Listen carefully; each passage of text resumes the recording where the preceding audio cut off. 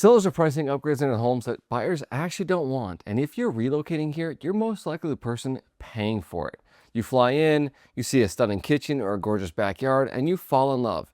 And that's exactly what the sellers are counting on. After 5 years helping people relocate to Chicago, I've seen this cost people tens of thousands of dollars on homes they overpaid for, not because the house was bad, because they overpaid for upgrades the market doesn't even value. So before you fly in and fall in love with the wrong things, here are the 10 upgrades sellers love that buyers actually hate here.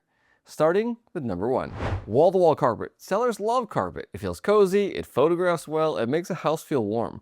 But here's the truth. Carpeting can actually lower a home's value by 3.6%.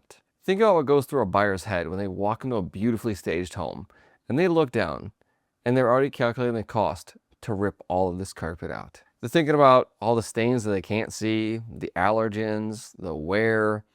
And here's an interesting fact. Hardwood floors actually give a return of 140% on refinishing and about 118% on installation, according to NAR, the National Association of Realtors. After touring thousands of homes, I can tell you that most people want to see hardwood floors or luxury vinyl plank throughout the main floor, and all of it in one seamless color. Not 3 different colors because you renovated one room a year and forgot what color it was the last time. I promise you.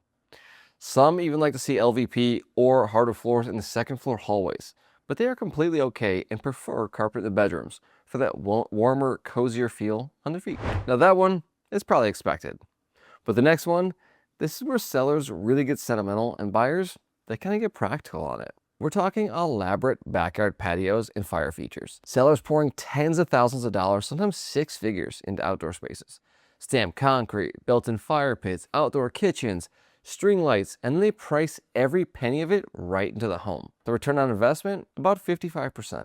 A dry stacked fire feature with a flagstone patio might cost around $9,000 on average. The sellers get back about $5,000. But here's what happens when you're a relocation buyer.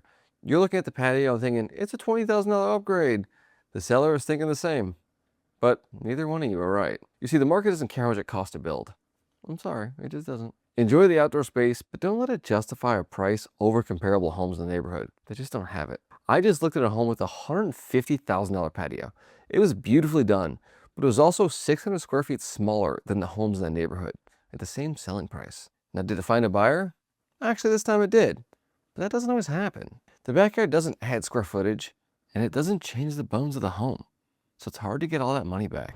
And before we hop into my absolute favorite feature that often hurts resale, if you're thinking of relocating to Chicago or the suburbs, this is what I do every single day. So give me a call right here or sign up for my weekly newsletter right here.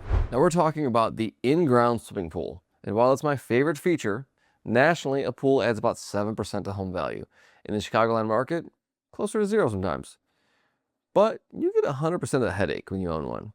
And for some buyers, the pool is an immediate reason they walk away before they even tour it. If you're relocating from a warmer climate, here's what you miss. If you're coming from Texas or Florida and you see a pool, it feels like a must-have. But in the Midwest, that pool is open maybe 4 to 5 months a year. You're paying for the weekly pool service, homeowner insurance surcharges for sure, and the chemical maintenance all year round for something you probably use in the summer only. Now, I'll be honest, I almost purchased the home with a saltwater pool. It had the safety cover my wife requires so the kids, when they step on it, it actually holds their weight and they don't fall in and drown, because I kind of need the kids. But here's what I realized after talking with so many people. The maintenance isn't cheap, and for some, it becomes way more of a hassle than even enjoyment. If a seller has priced a pool home significantly above comparable homes without pools, understand you're paying for the enjoyment of a pool, not a guaranteed return. Get an inspection on the pool equipment specifically, because it's expensive to repair, and you gotta factor annual maintenance cost into your budget before you fall in love with this thing.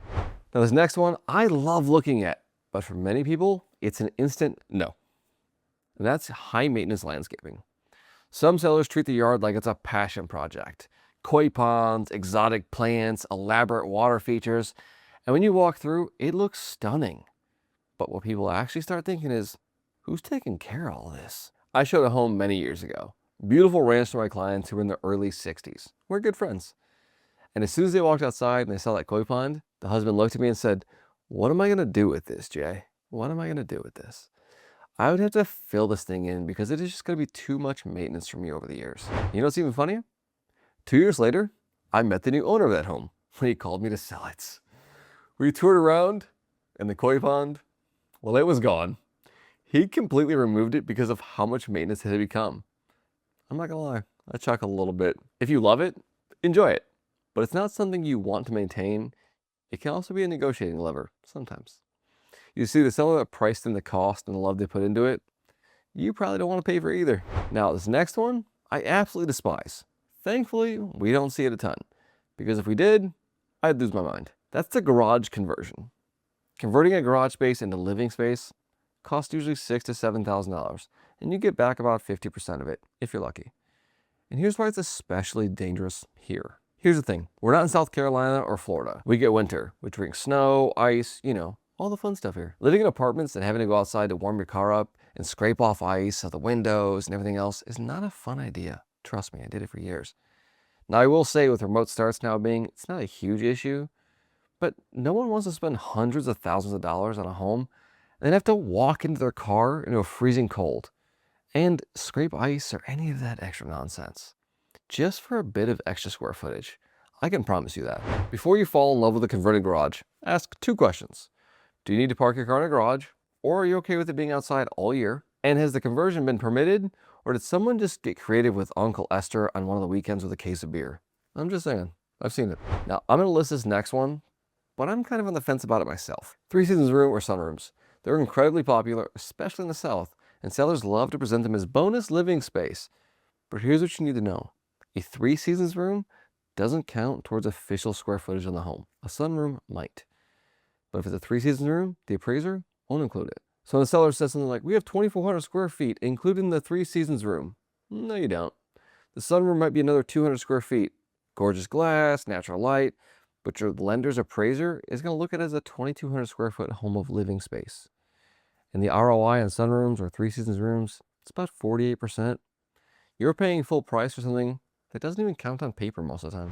What I will say though, is it's actually pretty great to have a 3 seasons room during the spring, summer, and fall. Hence why they call it a 3 seasons room. Because no one's sitting out during the blizzard, unless you're an Eskimo, or you really like the cold. But it also depends on how it's finished. I owned a split level home with a 3 seasons room, and it was nothing to write home about, I promise you. Concrete pad, crappy windows, and some screens. It wasn't impressive. However, when done right, they can actually be pretty amazing with the fans, lights, all depends on how you finish them. Hence, why I'm kind of on the fence about this one.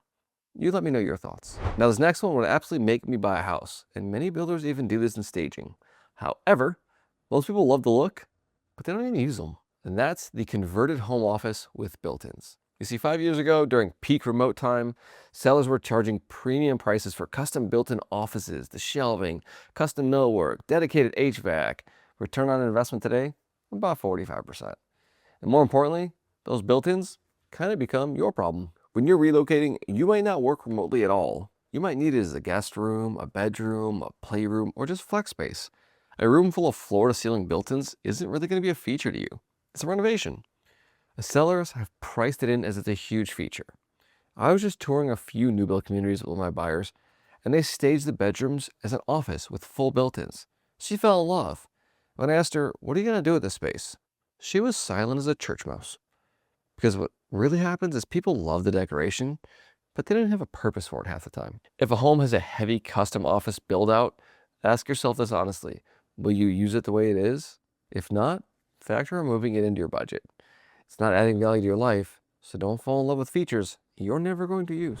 Now this one might get me some hate, but we're going to go through it anyway because this is a common upgrade or feature we see. Gourmet kitchen upgrades. This one hurts because kitchens photograph beautifully and they create all the emotion. But adding lavish finishes, high-end commercial appliances, and oversized statement pieces that return about a 59% on investment, that's not the number sellers are expecting. You see, I talk to a lot of people, and sellers routinely spend 60 to 80 grand on a gourmet kitchen and price the home expecting to recoup all of it. The problem is, buyers know what a good kitchen looks like, but they really can't differentiate a $25,000 kitchen and a $70,000 kitchen. It isn't always visible in the way people actually justify. It's kind of a gap here. Most people walking through, they're looking at the color of the cabinets and the kitchen layout, not asking what brand of cabinet it is, or whether it's got a custom spice rack and a built-in garbage pullout. They often see 1 or 2 drawers and open it, and they envision cooking, but they have no idea what they're looking at. As a relocation buyer, you're already making an emotional decision, right? Sometimes it's on tight timelines. A stunning kitchen is designed to make you feel things, but it can also miss the mark on resale if it's not conveyed really well of what it is. See, you definitely have to compare a heavily upgraded kitchen in the comps in the same neighborhood with a kitchen that's similar, but not as expensive. Now, if the kitchen upgrades can't be justified in comparable sales, the gap kind of becomes hard to justify, whether it's a good investment or not. Now, this next one is make or break for my wife. However, so many buyers, they could really care less, and it still surprises me, and that's the master bathtub. A seller installs a gorgeous freestanding soaking tub, spends 6 to 10 grand, all in. They list it as spa-like master bath, and they price the house accordingly. But some buyers walking through either don't use tubs, or they see it as just a pretty fixture. The market data shows luxury returns are about 33% in bathtubs. So that $8,000 bathtub is like 3 grand in actual value to a buyer. The seller is essentially asking the buyer to fund a lifestyle they probably didn't even ask for. Now, if my wife saw this, she'd see this as one reason to buy the house almost immediately. However, many buyers I walk through, they could care less. I just walked a buyer through a ton of homes, and she's like, ooh, I could decorate this tub. It's so cute. It'd be a great masterpiece. And I was like, oh, no way. I looked at her and said, you must love taking baths. She said, nah, I never take baths. It's just nice to look at. She told me as long as there's a bathtub somewhere in the house, she's cool. You see, the statement piece that you invested into the wow factor isn't always landing the way that you think. The wow factor only works if the buyer shares your vision. And a lot of times, not everybody does. Now, before we hop into a luxury you may not even think of, if any of this has you thinking about the Chicago market, where to buy, what areas to watch, what to avoid, it's exactly what I'm here for. Reach out anytime right here.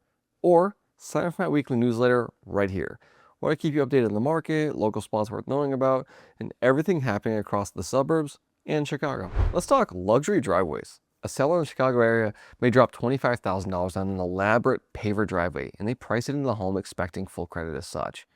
But if the house on the block or every house on the block has a basic concrete and it sells just fine, that paver driveway is kind of a personal taste choice, not a value driver. It's not the paver themselves that matter. It's what they create as investing in the wrong paver project. You're basically throwing money out the window.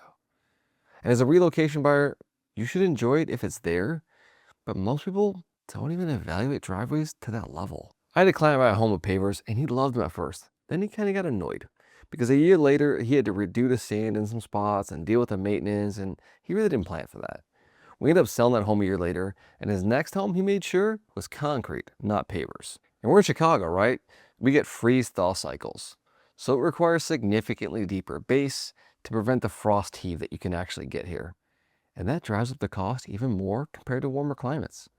So when a seller here spends 25 grand on a paver driveway, they likely spent more than they could have or should have than somebody that lived in Florida just to get it done right. And a lot of times the market really don't care. Here's the thing about relocating. You're already operating with less information than most local buyers are. You've seen fewer homes. You've had fewer conversations at open houses most likely. You're trusting your gut because you kind of have to. It's exactly why you need to know all of this going in. Because the market doesn't care really what a seller spends. It only cares if the buyer is going to pay for it. And when you know the difference between an upgrade that adds value and one that adds emotion, you're in a completely different position than most. So if you're planning to relocate and you want to make sure you're not walking into any of these situations blind, reach out. I'd love to help you build a buyer strategy before you ever step into any of these homes. And if you're wondering why certain homes aren't selling in the Chicago market, then watch this next video, and I'll see you there.